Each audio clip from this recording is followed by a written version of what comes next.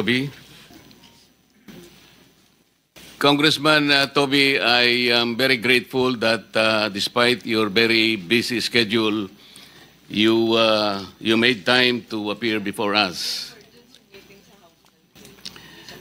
Let me first ask you that in one of your hearings at the House of Representatives, where particularly the insertions have been discussed, I remember Representative Egay Erice and yourself were asking that Representative Elizalde Co be invited in order for him to shed light on the issues being taken up in that hearing. Am I correct, sir? Yes, Your Honor. And this came up after former Secretary Manny Bonoan told the committee that he does not know where, or he does not know the persons responsible in putting the insertions during the BICAM conference. Is that correct? Your Honor, can I clarify that statement? Yes, please. Ganito po yung nangyari dyan. No? So nagsimula, ang una nag-interpellate ay si Congressman Erice. So sabi ni Congressman Erice, nung sa dulo na, sabi niya kay Secretary Bonoan, alam niyo ba kung ano yung amount na nadadagdag sa departamento pagdating sa BICAM? Ang sagot ni Secretary Bonoan at the time was that hindi namin alam dahil hindi naman kami part ng BICAM. Makikita na lang namin yan pagdating ng General Appropriations Act. So yun po yung pinagsimula nun. So ang sabi ni Congressman Erice nun, since hindi po alam ni Secretary Bonoan, ang taong dapat tanungin ay si Congressman Saldico. Kaya po siya nagmosyon na kung pwede, imbitahan ng committee si Congressman Saldico at yan po ay tinutulan yung motion niya ni Congressman Benny Abante. Bakit po tinutulan ni Congressman Abante? Parang ang sinasabi po nila noon is that hindi pa pwedeng maging resource person ang isang congressman. Kaya tinuloy ko po, kaya po ako nagsalita, humingi ako ng pasya kay Congressman Erice because he had the floor, if I could make a manifestation. Sabi ko, kung ganyan po na hindi pa pwedeng resource person ang isang congressman, hindi na dapat ituloy itong investigasyon na to sa House. Kasi sabi ng chairman nung una, walang sasantuhin. Kahit congressman, kahit senador, kahit sino. Eh kung hindi po pa pwedeng mag-testify under oath o hindi pa pwedeng resource person ang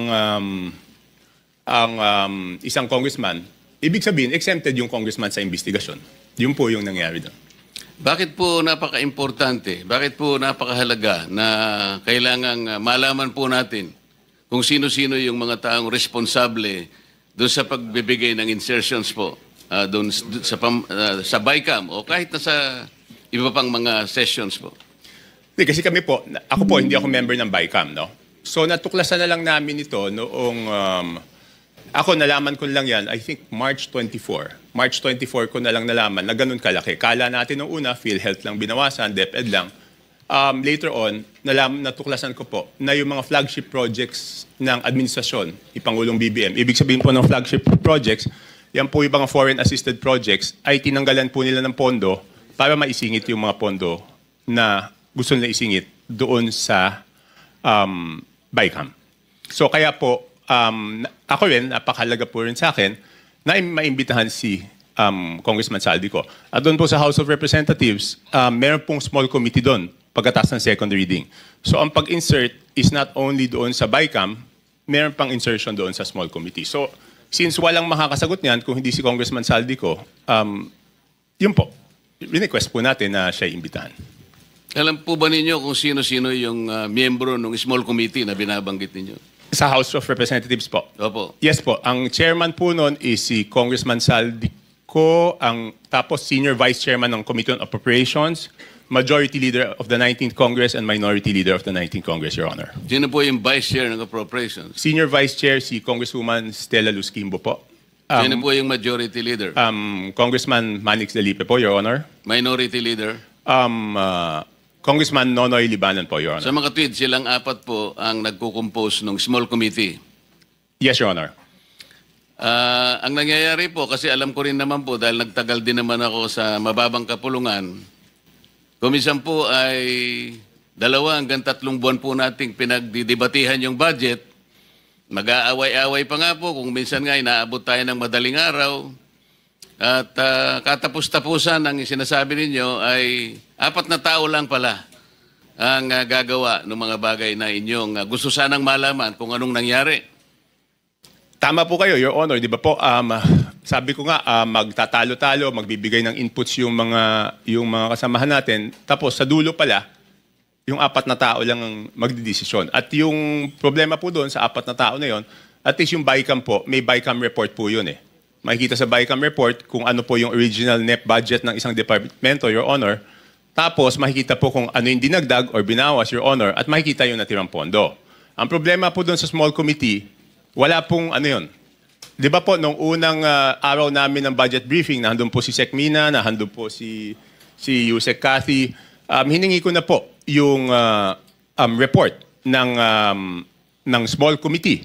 Kasi po, di ba, sa rules po natin sa House of Representatives, Section 39, kung di ako nagkakamali, pero baka mali ako, nakasulat po doon na after 7 days after maipasa ang isang batas, or 15 days pagkatapos mag-end ng session, dapat po i-file sa archives lahat ng reports tungkol sa isang House bill. So una po ako nagpahanap sa aking staff, Your Honor, ng records doon sa archives, wala pong mahanap. Kaya nung first day ng budget briefing, hiningi ko po. Wala din sila, hanggang ngayon, wala po silang binibigay. So ibig sabihin, sabi ko, kung walang record yan, ang siguradong nakakaalam po niyan, Your Honor, is si Congressman Saldico. Bago po tayo magpatuloy, let me acknowledge the presence of Senator Sherwin Gatchalian. Wala po kayong nakita sa archive o ayaw po nilang ipakita? Hindi po, kasi yung archives, alam niyo naman po, Your Honor, yung archives natin sa House of Representatives, napakagaling po nun. Kahit yung deliberations ng 1987 Constitution, hanapin niyo po doon. Lahat, transcript, journal, kompleto po yun. Yun, wala talaga. At noong tinanong ko po, noon, yung COMSEC, hindi po sila makasagot kung nasaan. Ang sabi ko nga, pa-email na lang sa akin, ang tagal na po noon, hindi in-email, so wala po talaga yun. At imposible naman na walang nakakaalam noon. Alam po ninyo, meron po nga tayong tuntunin sa House of Representatives kahit na po yung kopya ng enrolled bill. May 3 kopya po dapat na nandun po dapat sa opisina ng Secretary General. Sinubukan ko rin po sanang manghiram nun kung meron pero hindi rin po nila naipakikita. Pero ganito po, so ayaw po nila talagang payagan na maimbita si Representative Saldico.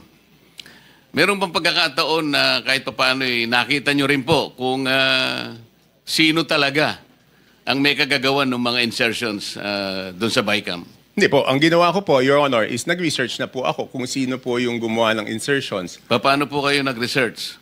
Ganito po. Okay, mahaba po yung history niyan, Your Honor.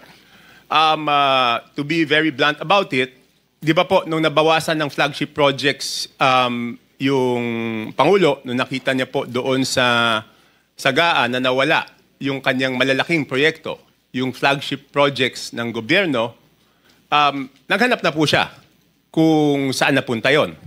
So wala po ako nung unang meeting, pero I think nagkaroon ng meeting, ang dinig ko noong January, tinanong po yung Senate President, si Senate President Escudero at tinanong po si Speaker Martin Romualdez, hiningi yung listahan noong mga insertions doon sa budget. Ang pagkaalam ko, ulitin ko, wala po ako nung unang meeting, si Senate President Escudero, binigay po yung listahan ng Senate amendments, no? Doon 3 days after the meeting. Nung tinawag po ako sa pagpupulong noong March 24, nalaman ko po na wala pang binibigay yung House of Representatives at that time, in March 24. Kaya po ako nasama sa meeting na yon is para hingin na sa House of Representatives yung listahan noong mga insertions ng House of Representatives naman. So kaya lang po ako napasok dun sa usapan na yon noong March 24. March 24, 2025 was the first meeting. So dahil nga po sa paghahangad ninyo na malaman kung ano-ano yung mga insertions, kanino napunta at sino yung may kagagawan, paano po nyo eventually nalaman kung talagang nalaman ninyo? Hindi, ganito po, Your Honor. So March 24, paglabas ko doon, kasi nagmamadali na no si Secretary Bunoan eh. Kasi ang worry niya po noon, March 29 mag-election ban po, di ba? So hindi maa-award, hindi mapapagawa yung projects. At pag hindi po napagawa yung projects, apektado po yung buong ekonomiya natin, di ba po?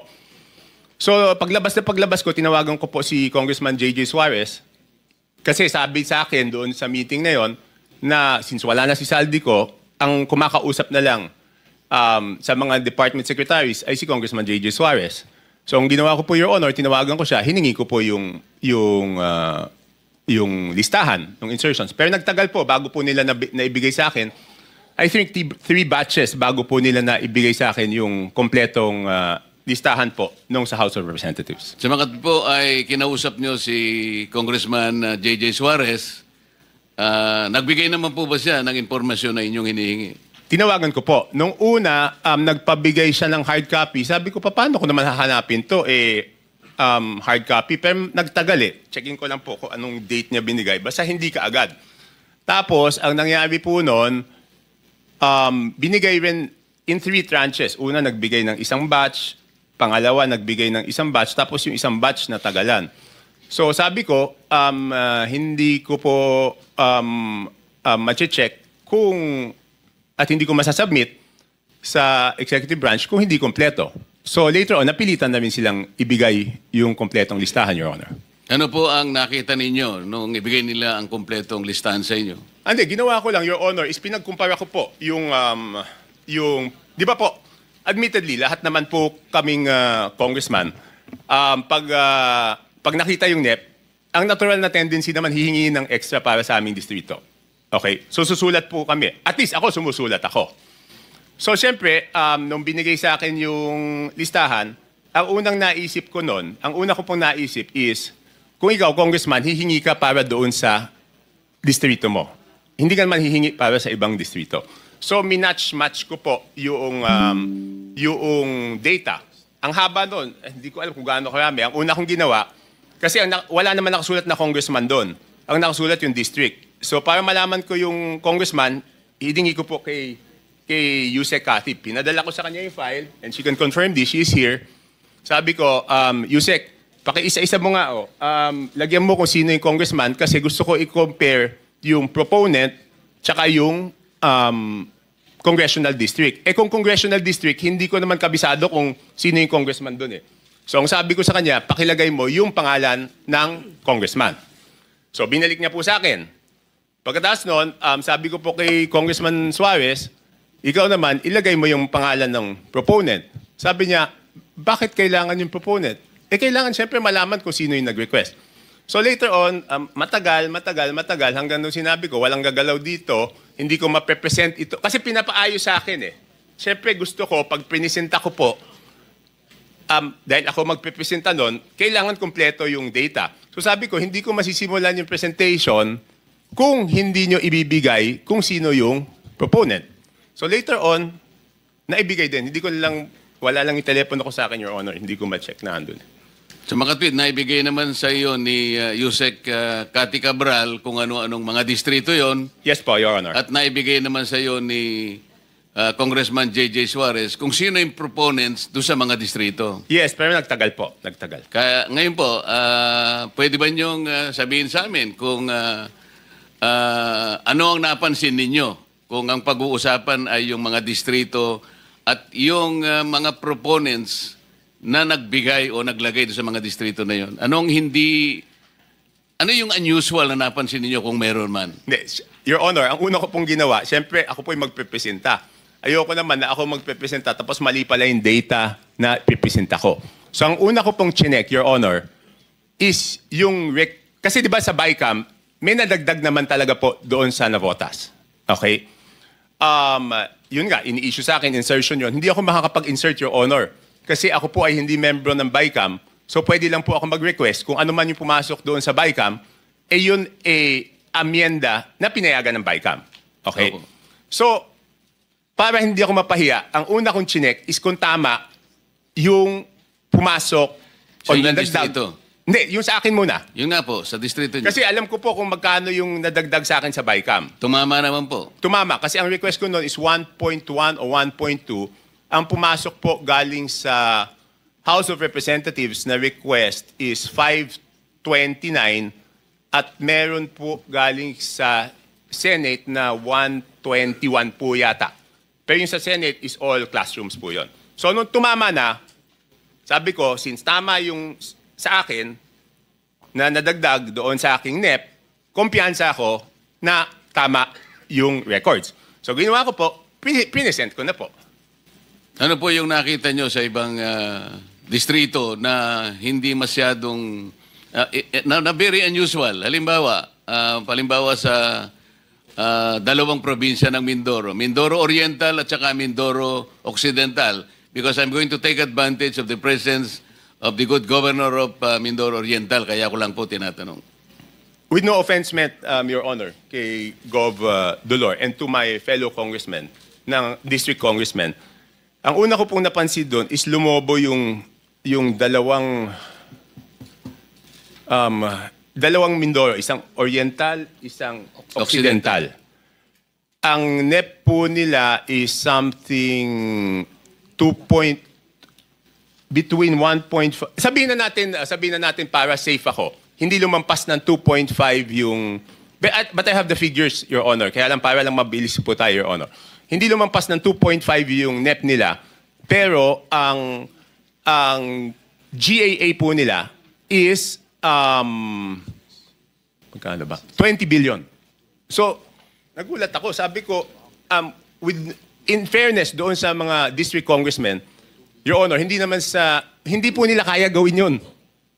Hindi kayang gawin ng regular congressman na magdagdag. Hindi naman po sila miyembro ng Committee on Appropriations. Parehong first-term congressman po yun.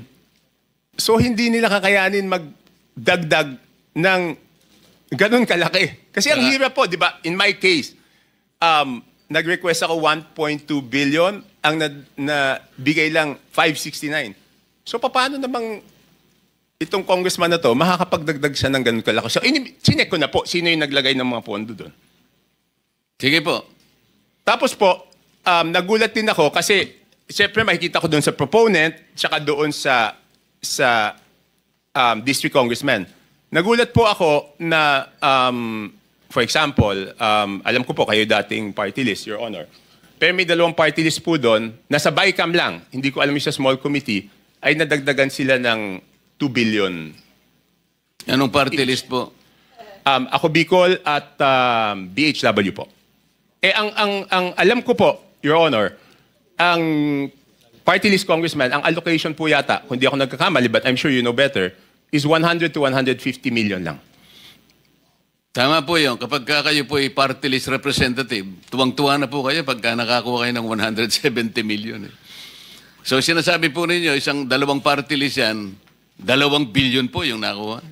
Sa BICAM po. Sa BICAM. So hindi ko na po na-check, Your Honor, yung kasi one-man team to, ako mismo ano nito eh. So, Balikan po natin yung sinabi nyo without any offense meant dun sa representative po dyan sa Mindoro Oriental at saka Mindoro Occidental. Kayo na po ang nagsabi na parang wala naman sila sa kalagayan na manghingi ng ganong kalaki sapagkat hindi naman sila kasing sikat ng isang Toby Chanko. Hindi po. Kung kayo nga po nanghingi ng ganito, kalahati lang ang naibigay. Sabi po nyo kanina, hindi sila lalampas ng at least 2.5B. Pero ano pong nakita ninyo? Naging 20 sa mga tweed. Magkano po yung nadagdag? Sangayon po dun sa inyong nakita. 17, ganyan. Di ba? Sabihin mo 2.5 to 20, di 17.5. Tapos ang isang nakita ko po doon, under proponent, nagulat po ako na yung proponent ng mga dagdag sa distrito na to, under BICAM, is si Congressman Saldico na 13 billion. Sir, Your Honor, pwede bang i-ano ko lang yung USB na ayaw nila ipakita doon para mas madali kong mapaliwanag? Yun nga po yung gusto naming kung papayag Kasi kayo. mahirap puro kwento eh. Ito, may numero po to. Bigyan natin ng kopya po yung Blue Ribbon Committee. may I direct staff of the Blue Ribbon Committee to please secure the copy from Congressman Tiangco para makita po natin yung binabanggit niya. Ipakita po natin sa sa screen.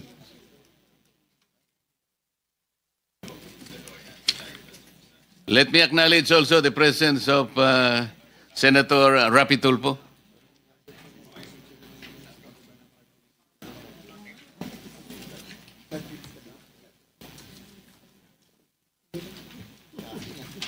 Mr. Chair, may I interject, Mr. Chair? Yes, Senator. Yeah, I would like to direct this question to. Sandali. Let me acknowledge also the presence of Senator Bato. Continue, sir. I would like to direct this question to Congressman Toby Tiangco. Sir, sabi niyo parang 17.5 ang nilobo nung budget. Tama po ba yun?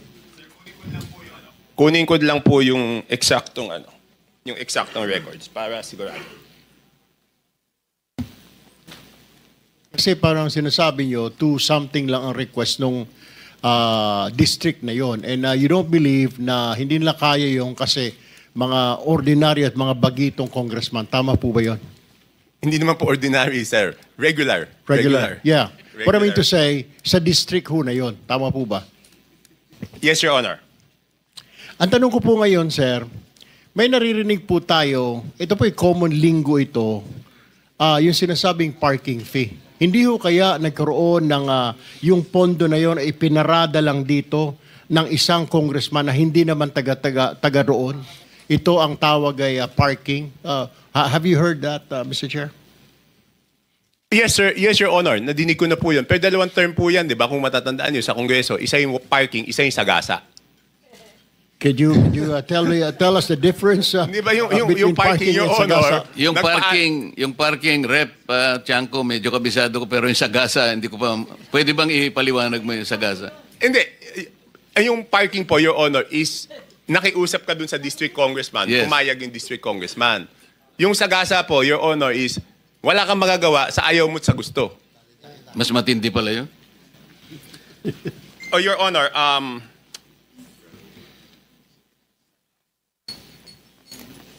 so dalawang term po yan, Your Honor. Isang parking, isang... Kasi madidinig mo sa congressman nasagasaan kami. Paano naman kayo nasagasaan? Binatuhan kami ng pondo na hindi naman namin alam. So, ang ibig sabihin, Mr. Chair, yun nangyari sa Mindoro ay sagasa po yun? Your Honor, I have no personal knowledge. Your Honor, ito po.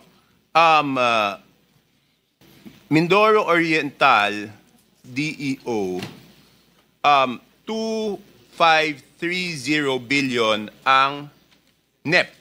Nandito naman po si Yusek Kati, pwede niya i-confirm to kung pareho yung records namin. Tapos, ang total budget is 20,999 million. Tapos, yung Mindoro Oriental DEO, 1,508,583,000. Ang GAA po niya is 20,795,429. So nagulat ako nung nakita ko yun, Your Honor. Thank you, Mr. In Chair. both provinces, si Representative Saldico ang nakalagay po na proponent. Hindi, doon po sa ano. Kasi ganito po to. Ito na po yung total. Sabi ko nga, hindi ko makikita kung ano yung sa small committee. Ang nakita ko, nung tinitignan ko po yung kay Saldico, next slide please. Yan, maliit lang eh. Yan po, for example, ito muna, ABRA. Ang proponent is Congressman Saldico. Hindi ko na po linagay yung district congressman, sir, kasi, Your Honor, kasi sabi ko nga, baka naman wala siyang alam, tapos mababash siya ng mababash, di ba po? So, ang nadagdag po from to the District of Abra is, sige, next slide, is 3,400,000,000. 3,400,000,000. Your Honor, hindi ko po mabasa. Basta 3,400,000,000. 68,345. Ayan po, Your Honor. Okay. Yan po Out of Saldico's insertion. Okay, next slide. Yan na po yung Mindoro. Yung next is Mindoro. Tignan ko lang po dito sa akin. Meron din akong kopya niyan.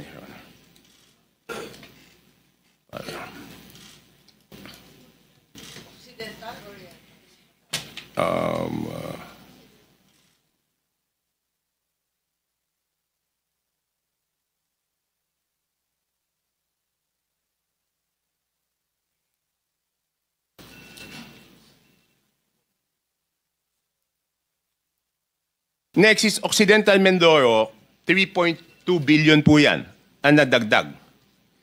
Okay, next is Oriental Mindoro, 3,105,759,000. Next is total po ng Romblon is 620 million. Tapos next po, Bukidnon is 580,222,000.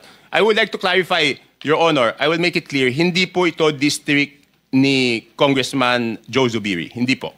Just to clarify, hindi niya distrito yan. Tapos yan, sunod-sunod na po. Itong Camarines Norte, 550 million. Itong, ano ba yung sumunod? Batangas, 429. Meron pa pala ulit na Mindoro. Hindi ko alam bakit nahiwalay ito. Baka ibang district ito. 400 million. And then Sarangani, 300. So next slide. Pag tinotal niyo po, yan, magbabalanse po yan. 13,803,693 with Congressman Saldico as proponent. And pag tinotal mo yung district, yung subtotal, 13,803,693,000, Your Honor. For the record, ang binabanggit po nating Representative Elizaldico, siya po yung chairman ng House Appropriations Committee. Sa makatwid po, Rep. Toby, kung titingnan po natin at pagbabasihan, ito pong nakalap po ninyong impormasyon, lumalabas po na si Rep. Saldico ay siyang proponent ng halos 13.8 billion. Hindi natin malaman kung ito pinarada o sinagasa. Yun po ba ang ating conclusion? Na po yung ilang congressman dyan, sabi na hindi amin yan. Hindi namin ni-request yan. So hindi ko na po, hindi na ako nagtanong kung parada yan or sagasa.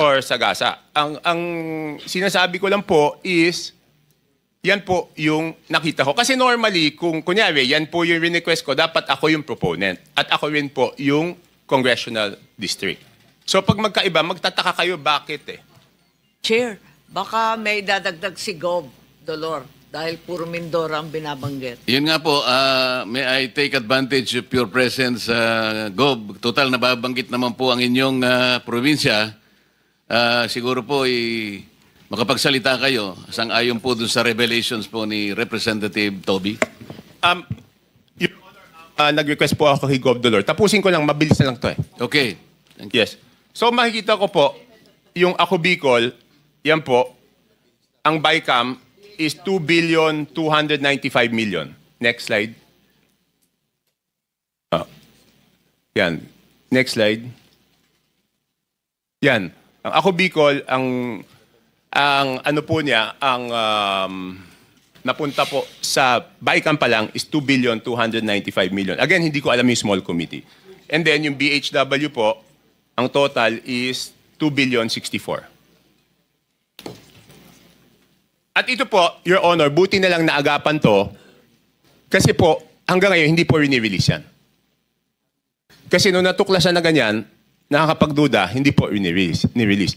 Your Honor, pwede po ako magtanong kay Yusek Cathy. Meron lang akong gusto i-clarify, Your Honor. Please proceed. Yusek, di ba ginagawa ito short of award, di ba po? Yes, sir. Kapag na lumabas na po yung GAA, pwede na po silang mag-advance procurement short of award hanggang ma-download po yung pondo sa implementing office. Okay. Yusek Cathy, kung yan po ay short of award, ibig sabihin meron na yung lowest calculated bid. Tama po? I'm not very familiar Yes, with most procurement. probably. Most probably. Hindi, ganito lang po, Point of Your order, Honor. Mr. Chair. Yes. With all due respect, Mr. Chair, point of order po. What is the point of order? Just to remind all of us, Mr. Chair, na the resource person, if wanting to field a question to another resource person, must do it only through the chair po. Hindi sila pwedeng diretsyong Pinayagan ko naman po, magtanungan. kaya para maka-economize ng time, kaya Alright, total Mr. magkatabi Chair, naman I sila. submit. Opo. Thank you. Thank you for I'm the sorry. point of I'm Most sorry. probably, Your Honor.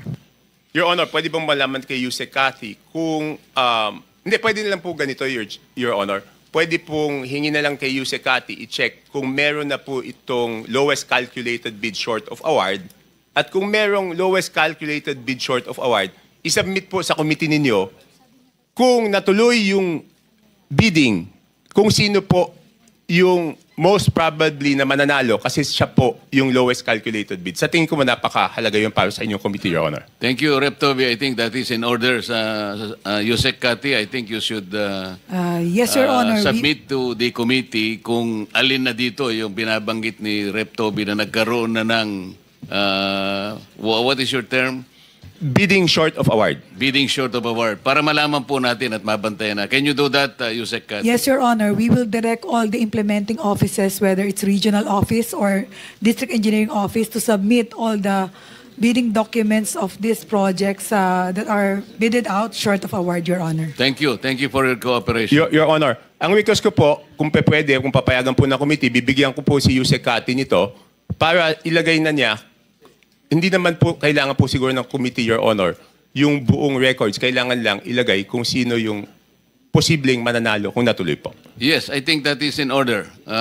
Kung pwedeng maibigay nyo na rin ang kopya kay Secretary Yusek Cathy. Yes, Chair. Your Honor. Thank you, Your Honor. That's all. Chair, pwedeng humirit. Yes, Senator Amy. Maraming salamat, Chair. Palibasa natututo tayo ng wika ng Kongreso.